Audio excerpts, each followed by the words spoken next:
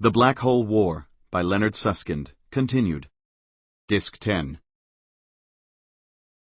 Physics in Various Dimensions. Three-dimensional space, not space-time, is one of those things that seem to be hardwired into our cognitive systems. No one can visualize four-dimensional space without the crutch of abstract mathematics. You might think that one- or two-dimensional space is easier to picture, and in a sense it is. But if you think about it for a moment, you realize that when you visualize lines and planes, you always picture them embedded in three-dimensional space. That is almost certainly due to the way our brains evolved and has nothing to do with any special mathematical properties of three dimensions. Could the physical world have been one- or two-dimensional? I'm speaking about space, not space-time. I don't know for sure. We don't know all the principles that might determine such issues, but from a mathematical point of view, quantum mechanics and special relativity are just as consistent in one or two dimensions as they are in three. I don't mean to say that intelligent life could exist in these alternative worlds, but only that physics of some kind seems possible. Quantum field theory, the theory of elementary particles, makes as much sense in a world with fewer dimensions as it does in three-dimensional space. As far as we can tell, elementary particles are perfectly possible in two-dimensional space, flatland, or even one-dimensional space, lineland. In fact, the equations of quantum field theory are simpler when the number of dimensions is smaller, and much of what we know about the subject was first discovered by studying quantum field theory in such model worlds. Thus, it was in no way unusual for Bagnados, Teitelboim, and Zanelli to be studying a universe in which the number of space dimensions was only 2. Anti-de Sitter space. The best way to explain ADS is the way that Claudio explained it in the Chilean tour bus, with pictures. Let's ignore time and begin with ordinary space inside a hollow, round box.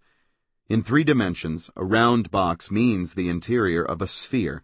In 2 dimensions, it is even simpler, the interior of a circle. Now let's add time. Plotting time along the vertical axis, the space-time continuum inside the box resembles the interior of a cylinder. Imagine slicing ADS. Remember, it has a time dimension, in the same way that we sliced a black hole to make an embedding diagram. Slicing it exposes a spatial cross-section that can truly be said to be space. Let's examine the two-dimensional slice a little more closely. As you might expect, it is also curved, in some ways like the Earth's surface. This means that to draw it on a flat plane, a sheet of paper, you have to stretch and distort the surface. It is impossible to draw a map of the Earth on a flat sheet of paper without major distortions. Regions near the northern and southern edges of a Mercator map look much too big when compared with regions near the equator.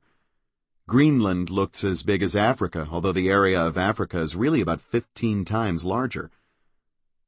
Space, and also space-time in ADS is curved, but unlike the Earth's surface, the curvature is negative. Distorting it onto a plane has an anti-Mercator effect. It makes things near the edge look too small.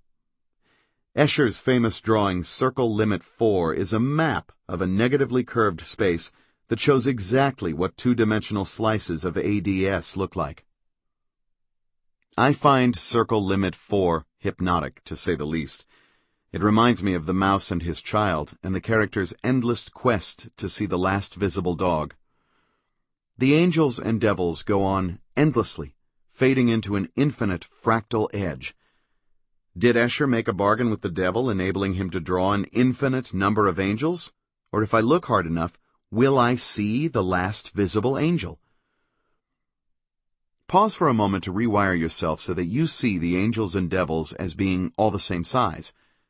It's not an easy bit of mental gymnastics, but it helps to remember that Greenland is almost exactly the same size as the Arabian Peninsula, despite looking about 8 times bigger on a Mercator map.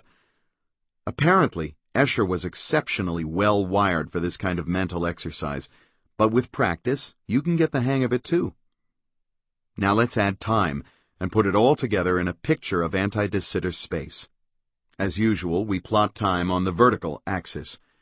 Each horizontal slice represents ordinary space at a particular instant. Think of ADS as an infinite number of thin slices of space, a thinly sliced infinite salami that when stacked up form a space-time continuum. Space is weirdly warped in ADS, but no more so than time. Recall from Chapter 3 that in the general theory of relativity, clocks located at different positions often run at different rates.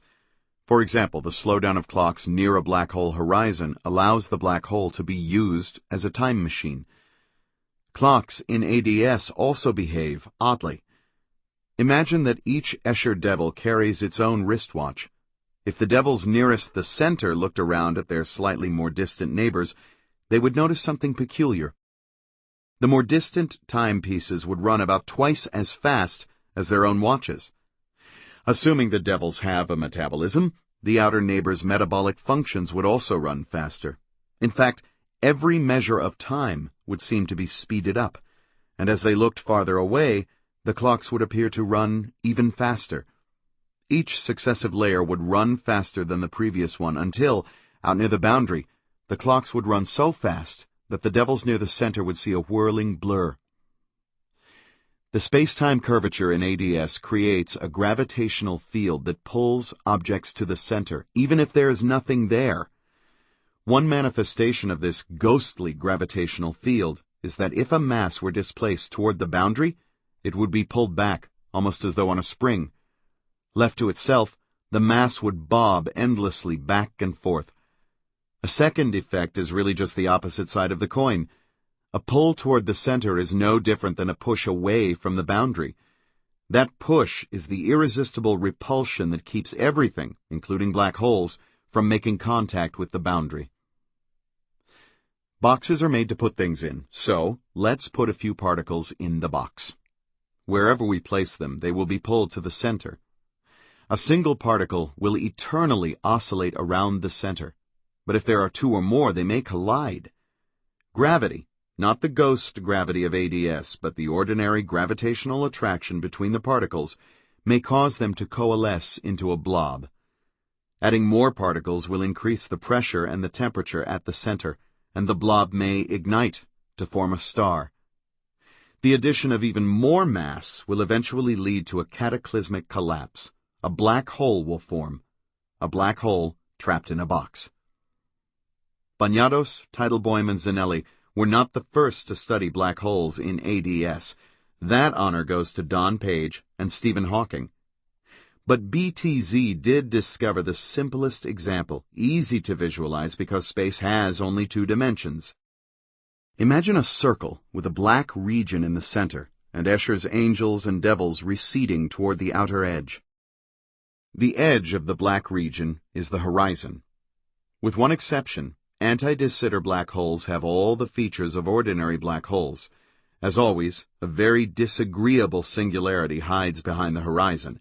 Adding mass will increase the size of the black hole, pushing the horizon out closer to the boundary. But unlike ordinary black holes, the ADS variety doesn't evaporate. The horizon is an infinitely hot surface, which continually emits photons, but the photons have nowhere to go. Instead of evaporating into empty space, they fall back into the black hole. A little more about ADS. Imagine zooming in on a boundary point of circle limit 4 and then blowing it up so that the edge looks extremely straight. We can do this over and over without ever running out of angels and devils, until in the limit the edge looks perfectly straight and infinite. I am no Escher, and I won't try to reproduce his elegant creatures, but if I simplify to the point where the devils are replaced by squares, the picture becomes a kind of lattice of smaller and smaller squares as we approach the boundary. Think of ADS as an infinite brick wall. As you proceed down the wall, the bricks double in size with every new layer. Of course, there would be no real lines in anti-de Sitter space, any more than there are lines of longitude and latitude on the Earth's surface. They're just here to guide your eye and to indicate how sizes are distorted due to the curvature of space. Escher's drawing, and my crude version of it, represents two-dimensional space, but real space is three-dimensional. It's not hard to imagine what space would look like if one more dimension, not time, were added. All we have to do is replace the squares with solid three-dimensional cubes. Imagine a finite piece of the 3D brick wall, but keep in mind that it goes on forever in the horizontal directions as well as the vertical direction. Adding time to the picture is the same as before. Each square or cube is equipped with its own clock. The rate at which the clocks run depends on which layer they are in. Each time we go one layer closer to the boundary, the clocks speed up by a factor of 2. Conversely, as we go down the wall, the clocks slow down. From a mathematical perspective, there is no reason to stop at 3 dimensions of space. By stacking 4-dimensional cubes of varying size, it is possible to construct 4 plus 1-dimensional anti-de Sitter space, or any other number of dimensions. But drawing even a single 4D cube is complicated. Trying to stack them together to draw a 4D version of ADS would result in a baffling mess.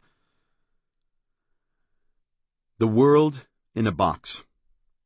Keeping black holes from evaporating is a good reason for studying physics in a box, but the idea of a world in a box is far more interesting than that. The real goal is to understand the holographic principle and to make it mathematically precise. Here is how I explained the holographic principle in Chapter 18. The three-dimensional world of ordinary experience, the universe filled with galaxies, stars, planets, houses, boulders, and people, is a hologram, an image of reality coded on a distant two-dimensional surface. This new law of physics, known as the holographic principle, asserts that everything inside a region of space can be described by bits of information restricted to the boundary. Part of the imprecision in formulating the holographic principle is that things can pass through the boundary. It is, after all, only an imaginary mathematical surface with no real substance. The possibility that objects can enter and leave the region confuses the meaning of everything inside a region of space can be described by bits of information restricted to the boundary. But a world in a box with perfectly impenetrable walls would not have this problem.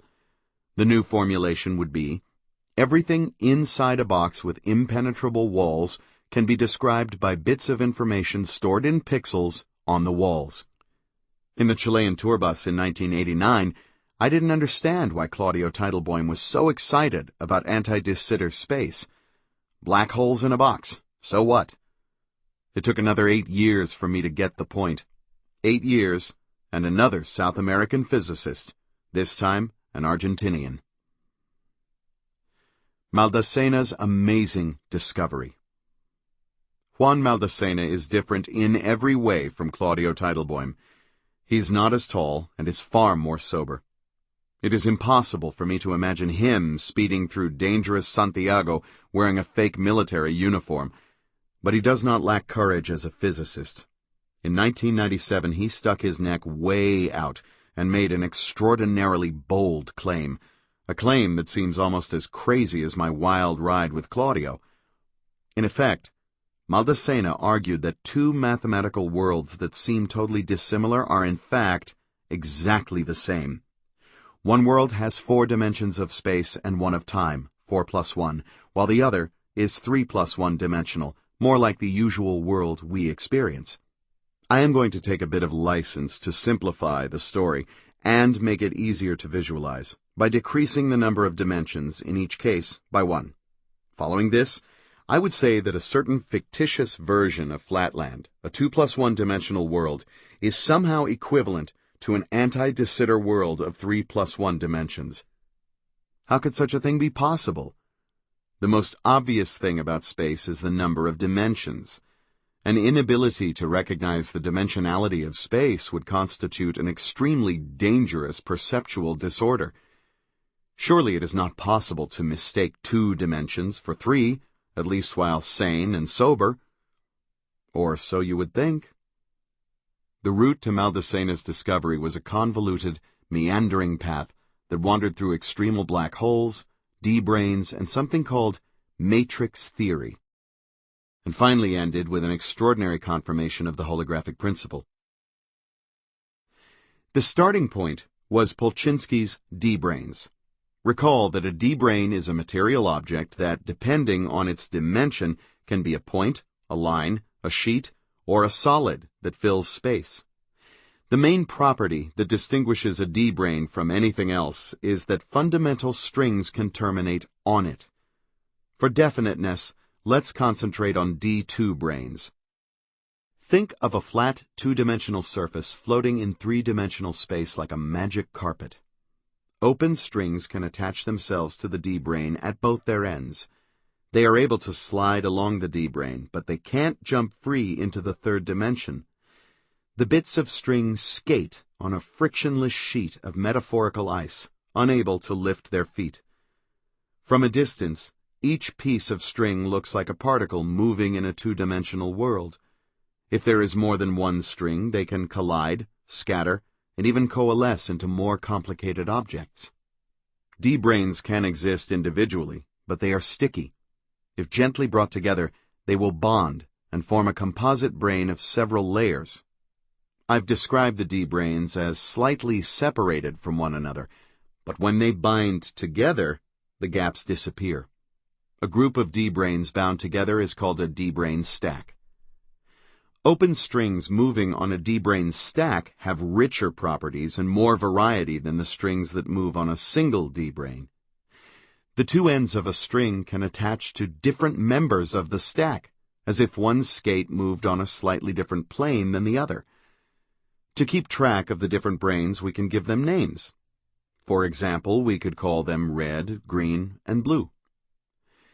The strings that skate on the D-brane stack must always have their ends attached to a D-brane. But now there are several possibilities. For example, a string could have both ends attached to the red brane.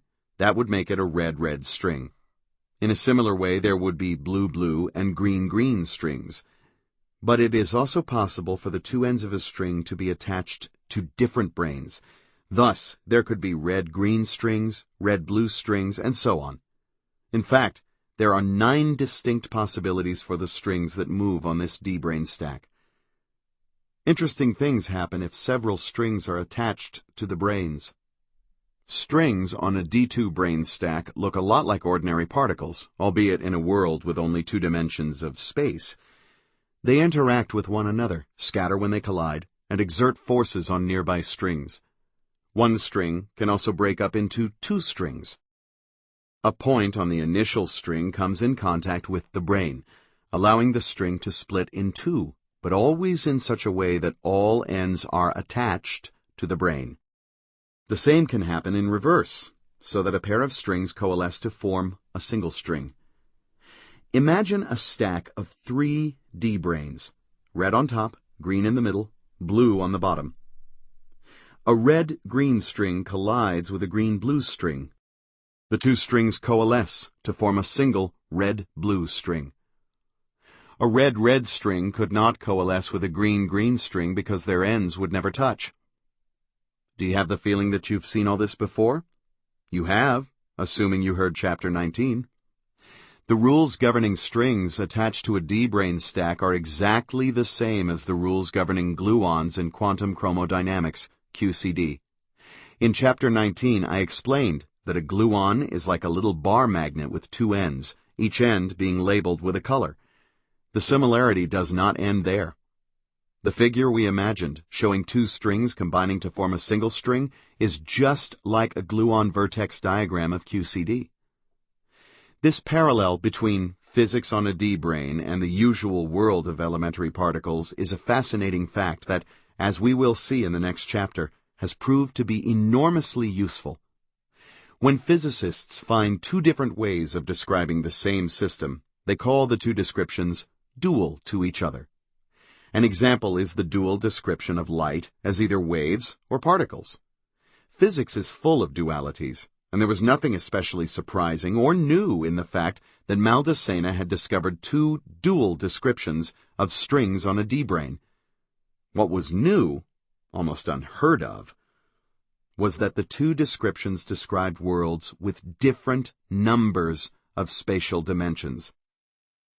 I've already hinted at one description, the 2+1 dimensional flatland version of QCD. It describes flat protons, mesons, and glue balls, but like real QCD, it contains no hint of gravity. The other half of the duality, the alternate way to describe exactly the same thing, describes a world of three-dimensional space. And not just any three-dimensional space, but anti-de Sitter space. Maldacena argued that flatland QCD is dual to a 3+1 dimensional anti-de Sitter universe. Moreover, in this three-dimensional world, matter and energy exert gravitational forces just as in the real world.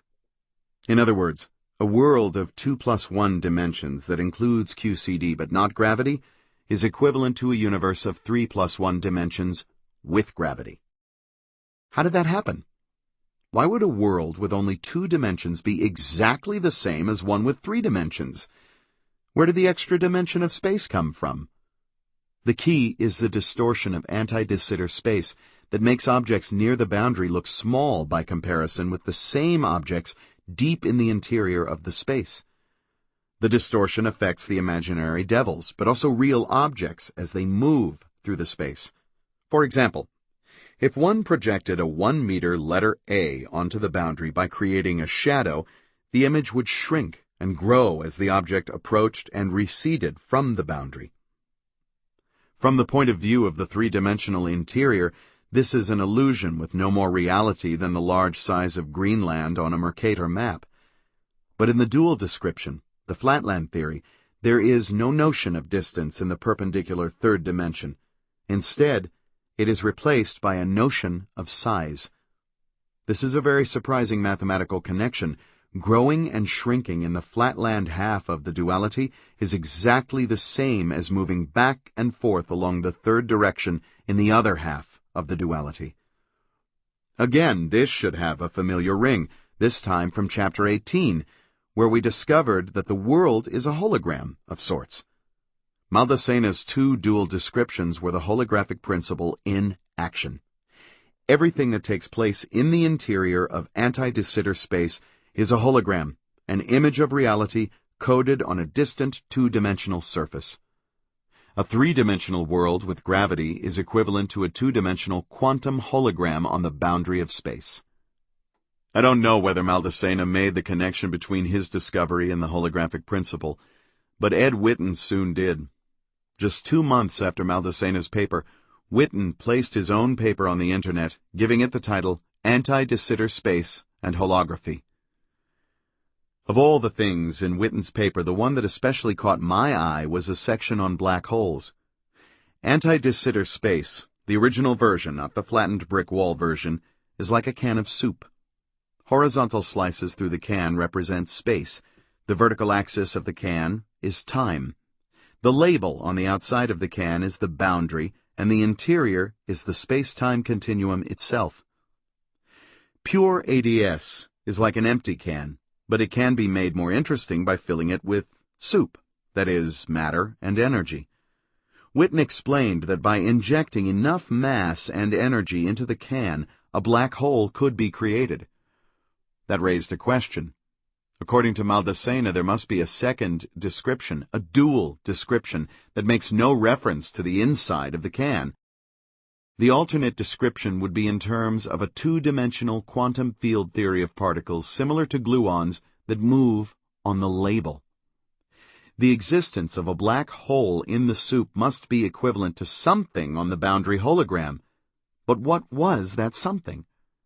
In the boundary theory, Witten argued that the black hole in the soup was equivalent to an ordinary hot fluid of elementary particles, basically just gluons. The moment I saw Witten's paper, I knew that the black hole war was finished. Quantum field theory is a special case of quantum mechanics, and information in quantum mechanics can never be destroyed. Whatever else Maldacena and Witten had done, they had proved beyond any shadow of a doubt that information would never be lost behind a black hole horizon. The string theorists could understand this immediately. The relativists would take longer. But the war was over. Although the black hole war should have come to an end in early 1998, Stephen Hawking was like one of those unfortunate soldiers who wander in the jungle for years, not knowing that the hostilities have ended. By this time, he had become a tragic figure. 56 years old, no longer at the height of his intellectual powers, and almost unable to communicate. Stephen didn't get the point. I am certain that it was not because of his intellectual limitations. From the interactions I had with him well after 1998, it was obvious that his mind was still extremely sharp. But his physical abilities had so badly deteriorated that he was almost completely locked within his own head, with no way to write an equation and tremendous obstacles to collaborating with others. He must have found it impossible to do the things that physicists ordinarily do to understand new, unfamiliar work. So, Stephen went on fighting for some time. Not long after the publication of Witten's paper, another conference took place in Santa Barbara. This one, a celebration of holography and of Maldacena's discovery. The after-dinner speaker was Jeff Harvey, H of CGHS. But instead of giving a speech, he got everyone singing and dancing to a victory song, the Maldacena, to be sung and danced to the tune of Macarena.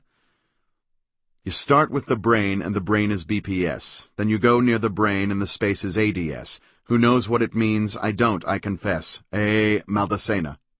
Super young Mills with a very large N, gravity on a sphere, flux without end. Who says they're the same? Holographic, he contends. Maldacena. Black holes used to be a great mystery. Now we use D-brain to compute D-entropy. And when D-brain is hot, D-free energy. Maldacena. M-theory is finished, one has great repute. The black hole we have mastered, QCD we can compute. Too bad the glue ball spectrum is still in some dispute. Maldacena. Lyrics, copyright, Jeff Harvey. Chapter 23. Nuclear physics? You're kidding! Skeptics will point out that everything I have told you about the quantum properties of black holes, from entropy, temperature, and Hawking radiation to black hole complementarity and the holographic principle, is pure theory, with not an ounce of experimental data to confirm it. Unfortunately, they may be right for a very long time. That said, a totally unexpected connection has recently turned up. A connection between black holes, quantum gravity, the holographic principle, and experimental nuclear physics that may once and for all belie the claim that these theories are beyond scientific confirmation. On the face of it, nuclear physics seems a most unpromising place to test ideas such as the holographic principle and black hole complementarity. Nuclear physics is not usually deemed to be part of the cutting edge. It's an old subject, and most physicists, including me, thought it had exhausted its capacity to teach us anything new about fundamental principles. From the viewpoint of modern physics, nuclei are like soft marshmallows, giant squish balls that are mostly full of empty space. What could they possibly teach us about physics at the Planck scale? Surprisingly, it seems, quite a lot. String theorists have always had an interest in nuclei. The prehistory of string theory was all about hadrons, protons, neutrons, mesons, and glue balls. Like nuclei, these particles are big, soft composites made of quarks and gluons. Yet it seems that on a scale of 100 billion times larger than the Planck scale, nature repeats itself. The mathematics of hadron physics turns out to be almost the same as the mathematics of string theory. That seems extremely surprising in view of the fact that the scales are so different.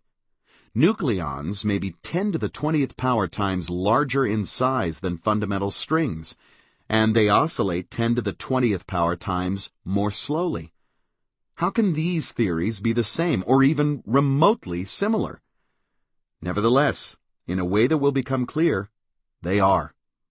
And if the ordinary subnuclear particles are really similar to fundamental strings, why not test the ideas of string theory in nuclear physics laboratories?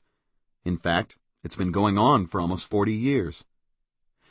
The connection between hadrons and strings is one of the pillars of modern particle physics, But up until very recently, it was not possible to test the nuclear analog of black hole physics.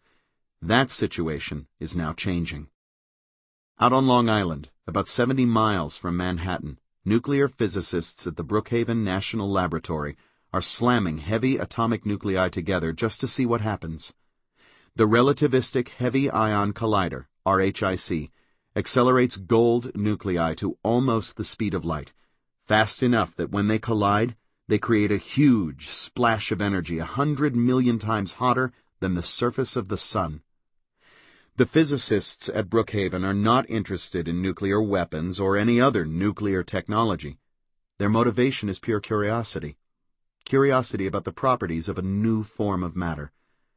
How does this hot nuclear material behave? Is it a gas? A liquid? Does it hold together? Or does it instantly evaporate into separate particles? Do jets of extremely high energy particles zip out of it? As I said, nuclear physics and quantum gravity take place on vastly different scales. So how can they have anything to do with each other? The best analogy that I know involves one of the worst movies ever, an old horror flick from the era of the drive-in movie. The movie features a monstrous fly. I don't know how the film was made, but I imagine that an ordinary housefly was filmed and then magnified to fill the entire screen. The image is projected in very slow motion, which gives the fly the ominous feel of a huge, hideous bird. The result is horrifying, but more to the point, it almost perfectly illustrates the connection between gravitons and glue balls. Both are closed strings, but the graviton is much smaller and faster than the glue ball, about 10 to the 20th power times smaller and faster. It seems that hadrons are a lot like images of fundamental strings blown up and slowed down not a few hundred times like the fly, but a fantastic 10 to the 20th power times. So, if we can't collide Planck-sized particles at stupendous energies to make black holes, perhaps we can collide their blown-up versions, glue balls, mesons, or nucleons, and create a magnified version of a black hole. But wait, doesn't that also require prodigious amounts of energy? No, it does not.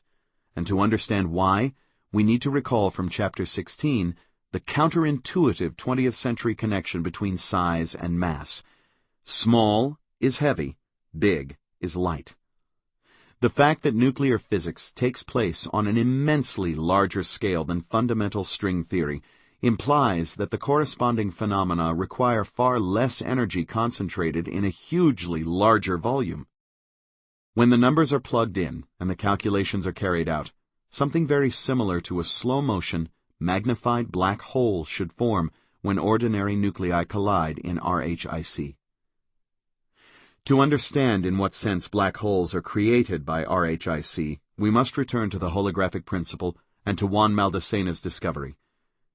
In a way that no one had foreseen, Maldacena found that two different mathematical theories were really the same, dual to each other in string theory jargon.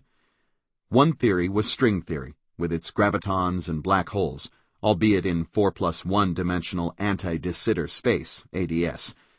In Chapter 22, for purposes of visualization, I took the liberty of decreasing the dimension of space. In this chapter, I restore the missing dimension. 4 dimensions of space is one too many for nuclear physics, but remember the holographic principle. Everything that takes place in ADS must be completely describable by a mathematical theory with one less dimension of space. Because Maldacena started with 4 space dimensions, the holographic dual theory has only 3 dimensions, the same number as everyday space. Could this holographic description be similar to any of the theories that we use to describe conventional physics? It turns out that the answer is yes. The holographic dual is mathematically quite similar to quantum chromodynamics, QCD, the theory of quarks, gluons, hadrons, and nuclei. For me, the main interest in Maldacena's work was the way it confirmed the holographic principle and shed light on the workings of quantum gravity. But Maldacena and Witten saw another opportunity. They realized, brilliantly I must say, that the holographic principle is a two-way street. Why not read it backward? That is, use what we know about gravity, in this case gravity in 4+1 dimensional ADS, to teach us things about ordinary quantum field theory.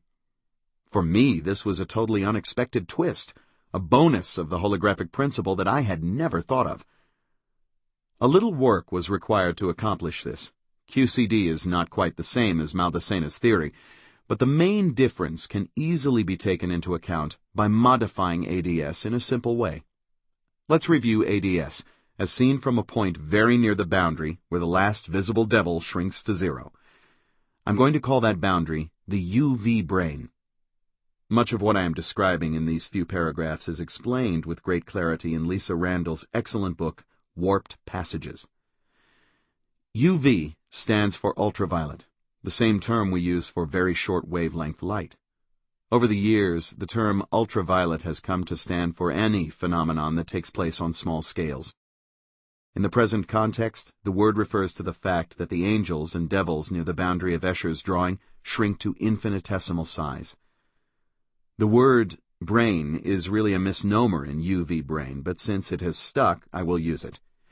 The UV brane is a surface close to the boundary.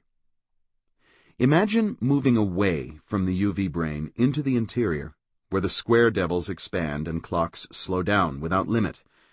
Objects that are small and fast near the UV brane become big and slow as we move deeper into ADS.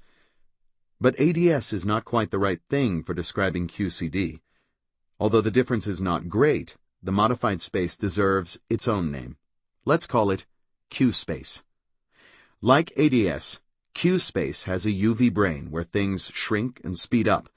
But unlike ADS, there is a second boundary called the IR brane. IR stands for infrared, a term used for very long wavelength light. The IR brane is a second boundary, a kind of impenetrable barrier where the angels and devils reach a maximum size.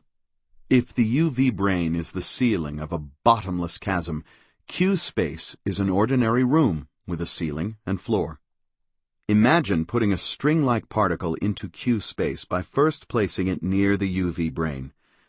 Like the angels and devils surrounding it, it will appear to be very small, possibly Planck-sized, and very rapidly vibrating. But if the same particle is moved toward the IR brane, it will appear to grow, almost as if it were being projected onto a receding screen. Now watch the string as it vibrates.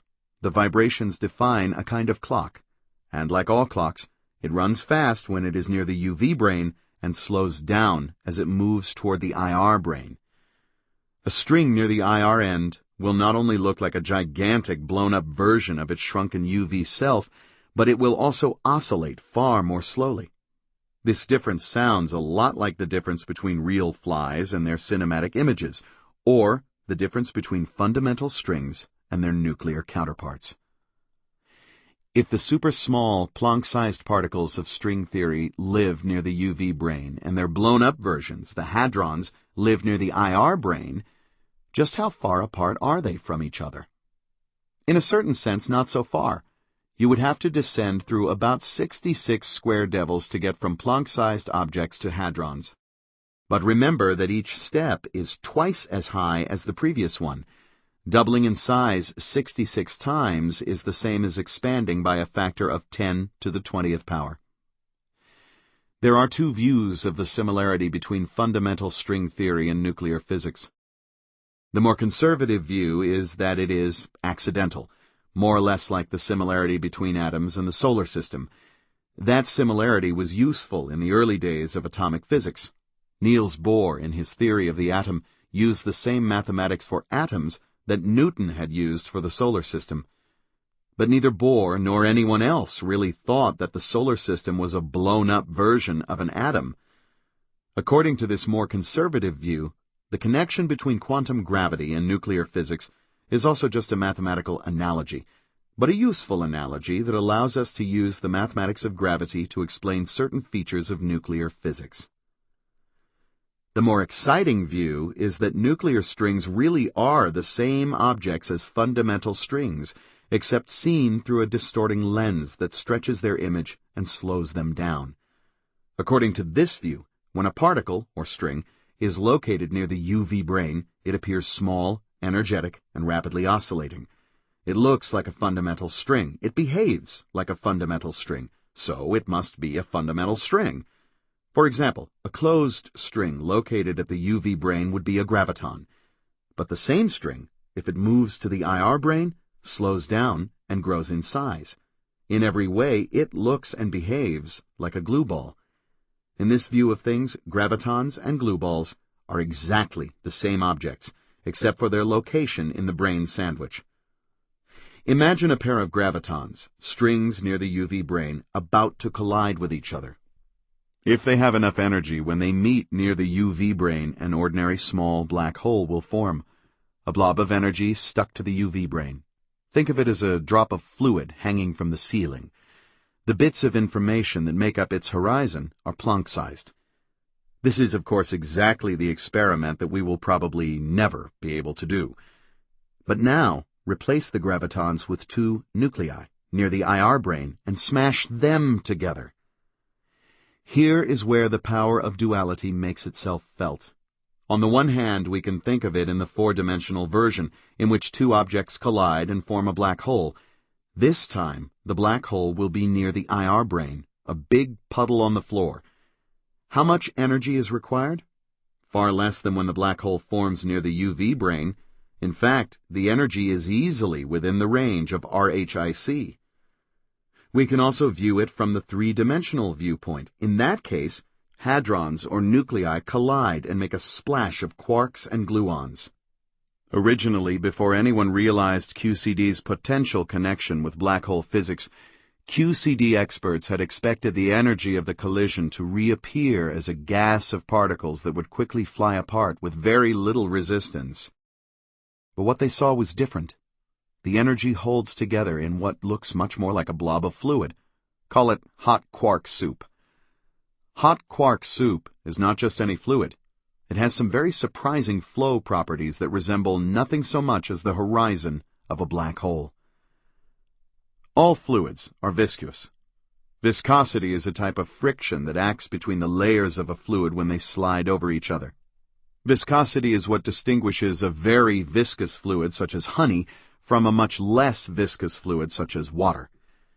Viscosity is not just a qualitative concept. Instead, for every fluid there is a precise numerical measure called shear viscosity. The word shear refers to the sliding of one layer past another. Theorists had initially applied standard approximation methods and concluded that hot quark soup would have a very high viscosity. Everyone was quite surprised when it turned out to have an astonishingly small viscosity. Everyone, that is, except for a few nuclear physicists who happen to know a bit about string theory. According to a certain quantitative measure of viscosity, hot quark soup is the least viscous fluid known to science, much less viscous than water. Even superfluid liquid helium, the previous champion of low viscosity, is a good deal more viscous. Is there anything in nature that might rival the low viscosity of hot quark soup? There is, but it's not an ordinary fluid. A black hole horizon behaves like a fluid when it is disturbed. For example, if a small black hole falls into a bigger black hole, it temporarily creates a bulge on the horizon, similar to the bulge that a blob of honey leaves if dropped onto the surface of a pool of honey. The blob on the horizon spreads out, just as a viscous fluid does. Long ago, black hole physicists calculated the viscosity of a horizon, and when it was translated to fluid terms, it easily beat out superfluid helium. When string theorists began to suspect a connection between black holes and nuclear collisions, they realized that of all things, hot quark soup is most like the horizon of a black hole. What eventually becomes of the blob of fluid? Like a black hole, it evaporates into a variety of particles, including nucleons, mesons, photons, electrons, and neutrinos. Viscosity and evaporation are just two of several properties that horizons and hot quark soup share. Nuclear fluid is now under intense study to find out whether other properties show similar connections to black hole physics. If that trend continues, it will mean that we have been granted an extraordinary opportunity, a remarkable window into the world of quantum gravity, blown up in size and slowed down in frequency, so that the Planck distance becomes not much smaller than a proton, to confirm the theories of Hawking and Bekenstein, as well as black hole complementarity and the holographic principle. It has been said that peace is nothing but the brief interlude between wars. But in science, Thomas Kuhn has rightly said, the opposite is true. Most ordinary science takes place during the long, peaceful humdrum periods between upheavals. The black hole war led to a violent restructuring of the laws of physics, but now we are seeing it work its way into the day-to-day activities of the more mundane side of physics. Like so many earlier revolutionary ideas, the holographic principle is evolving from radical paradigm shift to everyday working tool of, surprisingly, nuclear physics. Chapter 24. Humility. We are just an advanced breed of monkeys on a minor planet of a very average star. But we can understand the universe. That makes us something very special. Stephen Hawking. Rewiring ourselves for relativity was hard enough, and for quantum mechanics it was much harder. Predictivity or determinism had to go, and the failed classical rules of logic had to be replaced by quantum logic. Uncertainty and complementarity were expressed in terms of abstract, infinite, dimensional Hilbert spaces, mathematical commutation relations, and other bizarre inventions of the mind. Throughout all of the rewiring of the 20th century, at least till the mid-1990s, the reality of space-time and the objectivity of events went almost unquestioned. It was universally assumed that quantum gravity would play no role when it came to the large-scale properties of space-time. Stephen Hawking, with his information paradox, was the one who unwittingly, and rather unwillingly, forced us out of that frame of mind. The new views of the physical world that evolved over a little more than a decade involve a new kind of relativity and a new kind of quantum complementarity. The objective meaning of simultaneity of two events failed in 1905, but the concept of an event itself remained rock solid. If a nuclear reaction takes place in the sun, all observers will agree that it happened in the sun. No one will detect it taking place on Earth. But something new happens in the powerful gravitation of a black hole, something that undermines the objectivity of events. Events that a falling observer reckons to be deep inside an enormous black hole, another observer detects outside the horizon, scrambled among the Hawking radiation photons. An event cannot be both behind the horizon and in front of it. The same event is either behind the horizon or in front of the horizon, depending on which experiment the observer does. But even the utter strangeness of complementarity is dwarfed by the bizarre holographic principle. It seems that the solid three-dimensional world is an illusion of a sort, the real thing taking place out of the boundaries of space. For most of us, the breakdown of concepts such as simultaneity in special relativity and determinism in quantum mechanics are no more than obscure oddities that only a few physicists are interested in. But in reality the opposite is true. It is the agonizing slowness of human motion and the ponderous mass of the 10 to the 28th power atoms in the human body that are the odd exceptions of nature. There are roughly 10 to the 80th power elementary particles in the universe for every human. Most of them move at close to the speed of light and are very uncertain, if not about where they are, then about how fast they move. The weakness of gravity that we experience on Earth is also an exception. The universe was born in a state of violent expansion. Every point of space was surrounded on every side by horizons within a distance smaller than a single proton. The most notable inhabitants of the universe, the galaxies, are built around giant black holes that are continually gobbling up stars and planets. Out of every 10 billion bits of information in the universe, 9,999,999,999 are associated with the horizons of black holes. It should be evident that our naive ideas about space, time, and information are wholly inadequate to understand most of nature. The rewiring for quantum gravity is far from complete. I don't think we have a proper framework yet to replace the older paradigm of objective space-time. The powerful mathematics of string theory is a help. It allows us a rigorous framework to test ideas that we would otherwise be able to argue about only philosophically. But string theory is an incomplete work in progress. We don't know its defining principles, or whether it is the deepest level of reality or just another temporary theory along the way. The Black Hole War has taught us some very important and unexpected lessons, but they are only a hint of how different reality is from our mental model, even after rewiring the model for relativity and quantum mechanics. Cosmic Horizons. The Black Hole War is over. This claim may upset a handful of people who are still fighting it.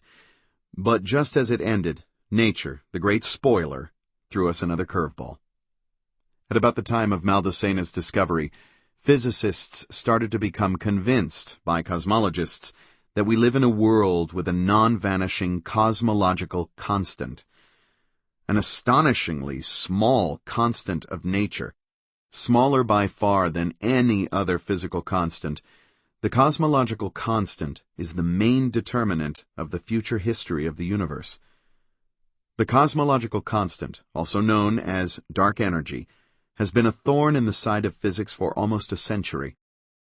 In 1917, Einstein speculated about a kind of anti-gravity that would cause everything in the universe to repel everything else, counteracting the usual pull of gravity. The speculation was by no means an idle one. It was firmly based on the mathematics of general relativity. There was room in the equations for an extra term that Einstein called the cosmological term. The strength of the new force was proportional to a new constant of nature, the so-called cosmological constant, denoted by the Greek letter lambda. If lambda is positive, the cosmological term creates a repulsive force that increases with distance. If it is negative, the new force is attractive. If lambda is 0, there is no new force and we can ignore it. At first, Einstein guessed that lambda would be positive, but he soon grew to dislike the whole idea, famously calling it his worst mistake. For the rest of his life, he set lambda to 0 in all his equations. Most physicists agreed with Einstein, although they didn't understand why lambda should be absent from the equations. But over the past decade, the astronomical case for a small, positive cosmological constant has become persuasive. The cosmological constant, and all the puzzles and paradoxes that it has created, are the subject of my book, The Cosmic Landscape. Here I will just tell you its most important consequence. The repulsive force, acting at cosmological distances, causes space to expand exponentially. There is nothing new about the universe expanding, but without a cosmological constant, the rate of expansion would gradually slow down. Indeed, it could even reverse itself and begin to contract, eventually imploding in a giant cosmic crunch. Instead, as a consequence of the cosmological constant, the universe appears to be doubling in size about every 15 billion years, and all indications are that it will do so indefinitely. In an expanding universe, or for that matter an expanding balloon, the greater the distance between 2 points, the faster they recede from each other. The relation between distance and velocity is called Hubble's law, and it says that the recessional velocity between any 2 points is proportional to the distance separating them.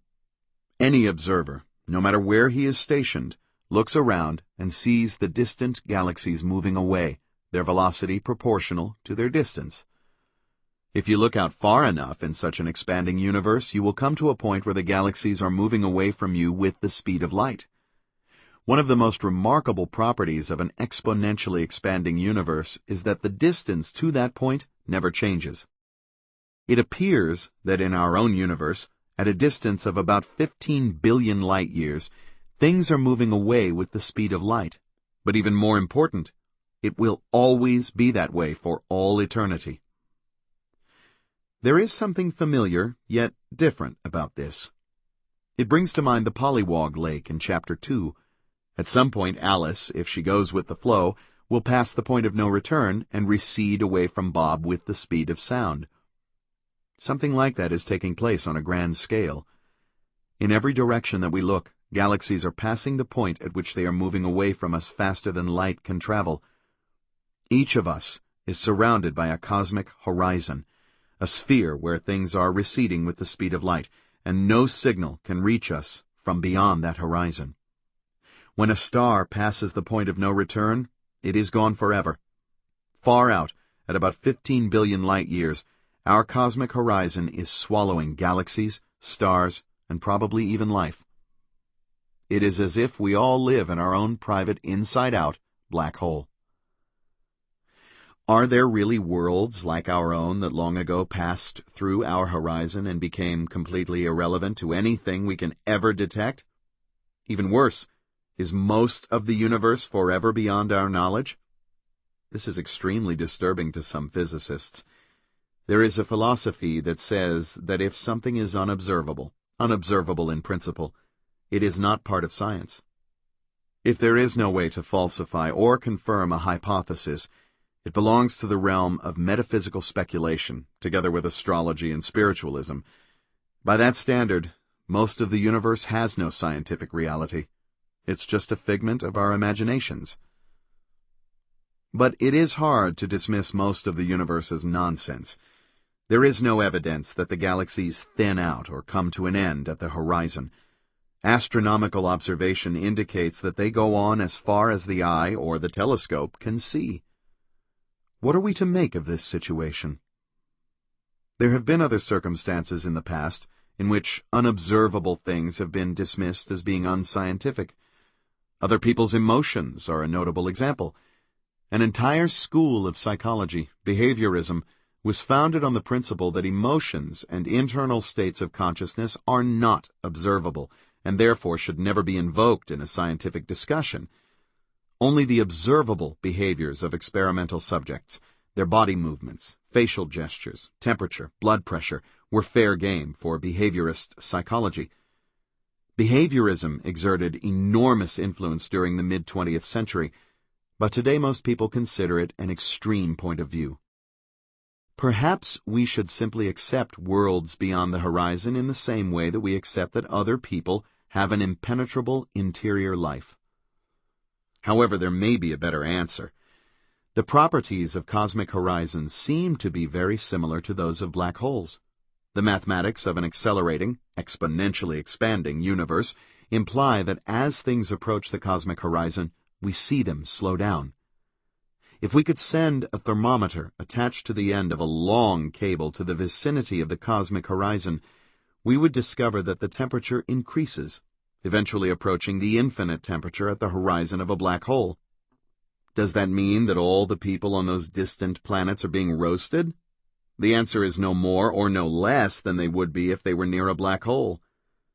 To the observers traveling with the flow, passing the cosmic horizon is a non-event, a mathematical point of no return. But our own observations, supplemented with some mathematical analysis, would indicate that they are approaching a region of incredible temperature. What happens to their bits of information? The same arguments that Hawking used to prove that black holes radiate black-body radiation tell us that cosmic horizons also radiate. In this case, the radiation is not outward, but inward, as if we lived in a room with warm, radiant walls. From our perspective, it would appear that as things move toward the horizon, they are heated and radiated back as photons. Could it be that there is a principle of cosmic complementarity? To an observer inside a cosmic horizon, the horizon is a hot layer composed of horizon atoms that absorb, scramble, and then return all bits of information. To a freely moving observer who passes through the cosmic horizon, the passing is a non-event. At the present time, however, we understand very little about cosmic horizons. The meaning of the objects behind the horizon, whether they are real and what role they play in our description of the universe, may be the deepest question of cosmology. Falling stones and orbiting planets are pale hints of what gravity is really all about. Black holes are where gravity takes its rightful place. Black holes are not merely dense stars. Rather, they are the ultimate information reservoirs, where bits are packed as tightly as a two-dimensional stack of cannonballs, but on a scale 34 orders of magnitude smaller. That's what quantum gravity is all about: information and entropy, densely packed. Hawking may have given the wrong answer to his own question, but the question itself was one of the most profound in the recent history of physics. It may be that he was too classically wired, too prone to seeing space-time as a pre-existing though flexible canvas that physics is painted on, to recognize the profound implications of reconciling quantum information conservation with gravitation. But the question itself may have opened the way for the next major conceptual revolution in physics. Not many physicists can make that claim. As to Hawking's legacy, it is bound to be very large. Others before him knew that the mismatch between gravity and quantum theory would have to be bridged someday, but Bekenstein and Hawking were the first to enter a remote country and bring back gold. I hope that future historians of science will say that they started it all. He who has never failed somewhere, that man cannot be great. Herman Melville. Physics in a nutshell. Confusion and disorientation reign. Cause and effect break down. Certainty evaporates. All the old rules fail. That's what happens when the dominant paradigm breaks down. But then new patterns emerge. They make no sense at first, but they are patterns. What to do? Take the patterns and classify, quantify, and codify them in new mathematics, even new laws of logic if necessary. Replace the old wiring with new and become familiar with it.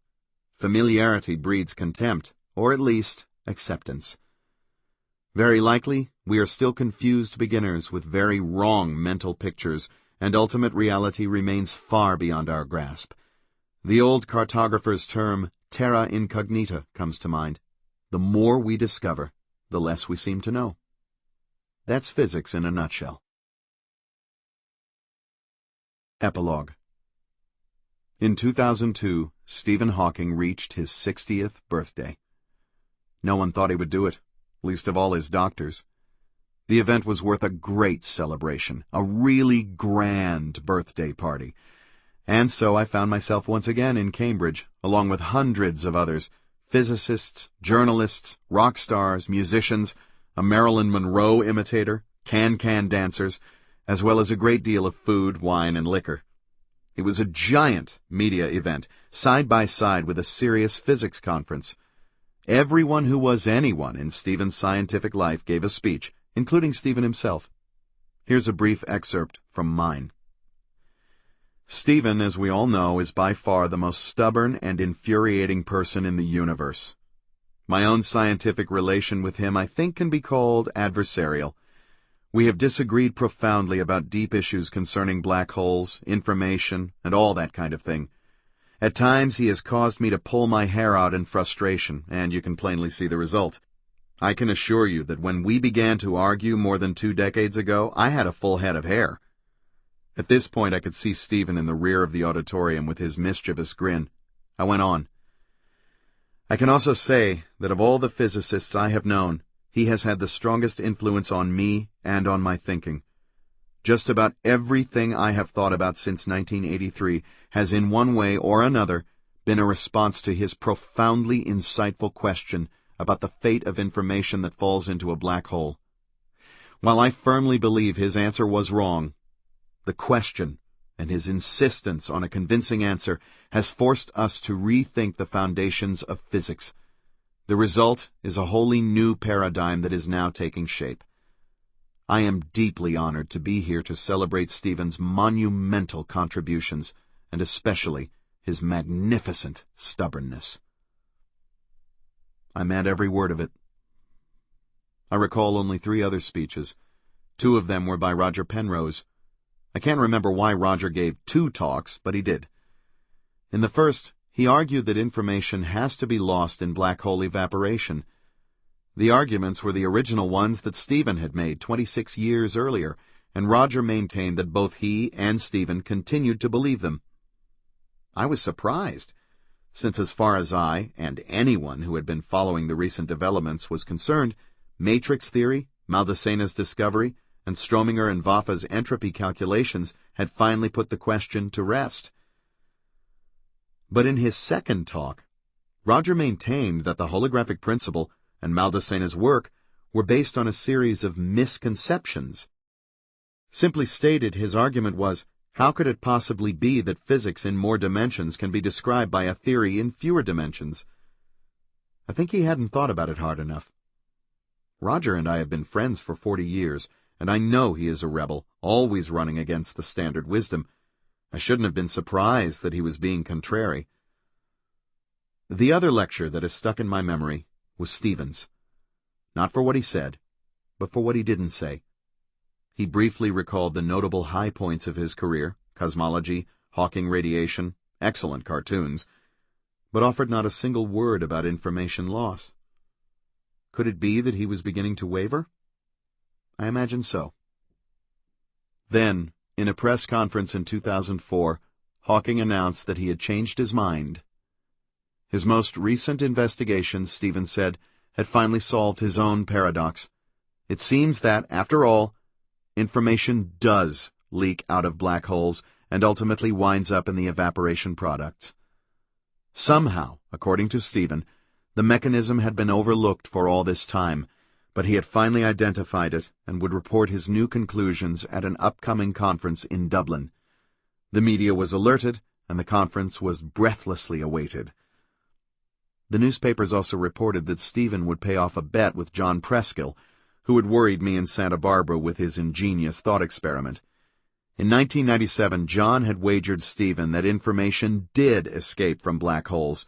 The payoff was a baseball encyclopedia. Very recently, I learned that in 1980, Don Page had made a similar bet with Stephen.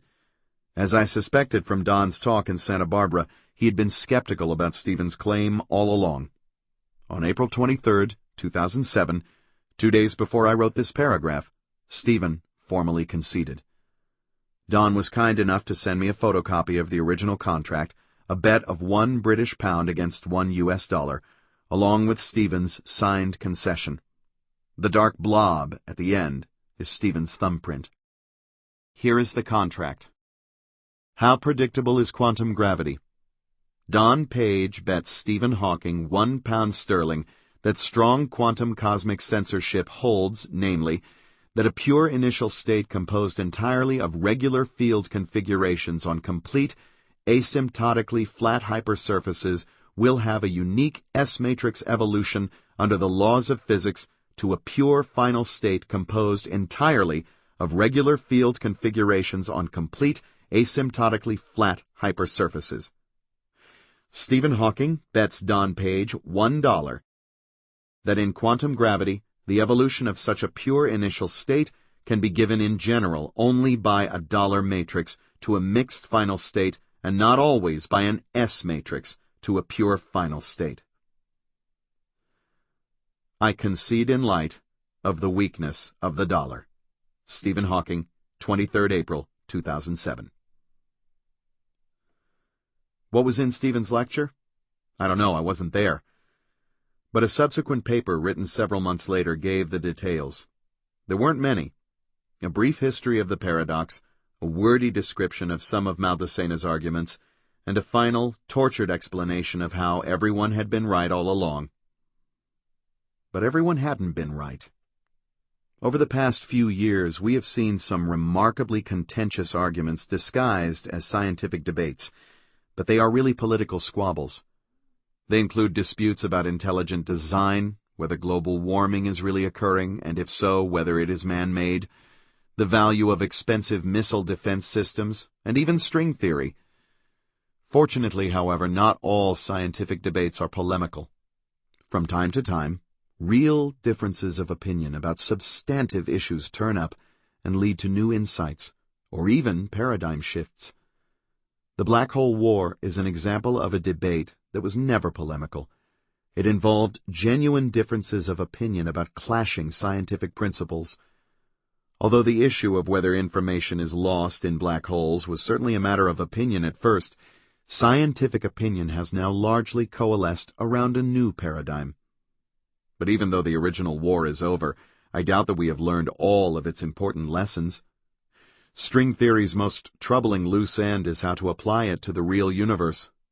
The holographic principle was spectacularly confirmed by Maldasena's theory of anti-de Sitter space, but the geometry of the real universe is not anti-de Sitter space. We live in an expanding universe that, if anything, is more like de Sitter space, with its cosmic horizons and bubbling pocket universes. At the moment, no one knows how to apply string theory, the holographic principle, or other lessons about black hole horizons to cosmic horizons, but the connections are likely to be very deep. My own guess is that these connections are at the root of many cosmological puzzles. Someday I hope to write another book explaining how all this eventually plays out, but I don't think it'll be too soon. This concludes the reading of The Black Hole War by Leonard Susskind, copyright 2008 by Leonard Susskind. This book was read by Ray Porter. This unabridged recording was published by arrangement with Little Brown and Company, a division of the Hachette Book Group USA, all rights reserved, and was produced in 2008 by Blackstone Audio Inc., which holds the copyright. Neither this recording nor any portion of it may be reproduced or used for any purpose without prior written authorization from Blackstone Audio Inc. If you would like to obtain a complete catalog of our titles or our monthly update telling you about new releases and our new collection of books on CD and MP3 CD, call 1-800-SAY-BOOK. That's 1-800-729-2665. You may also obtain the same information from our award-winning website. Our address, all one word, is www.blackstoneaudio.com. Thank you.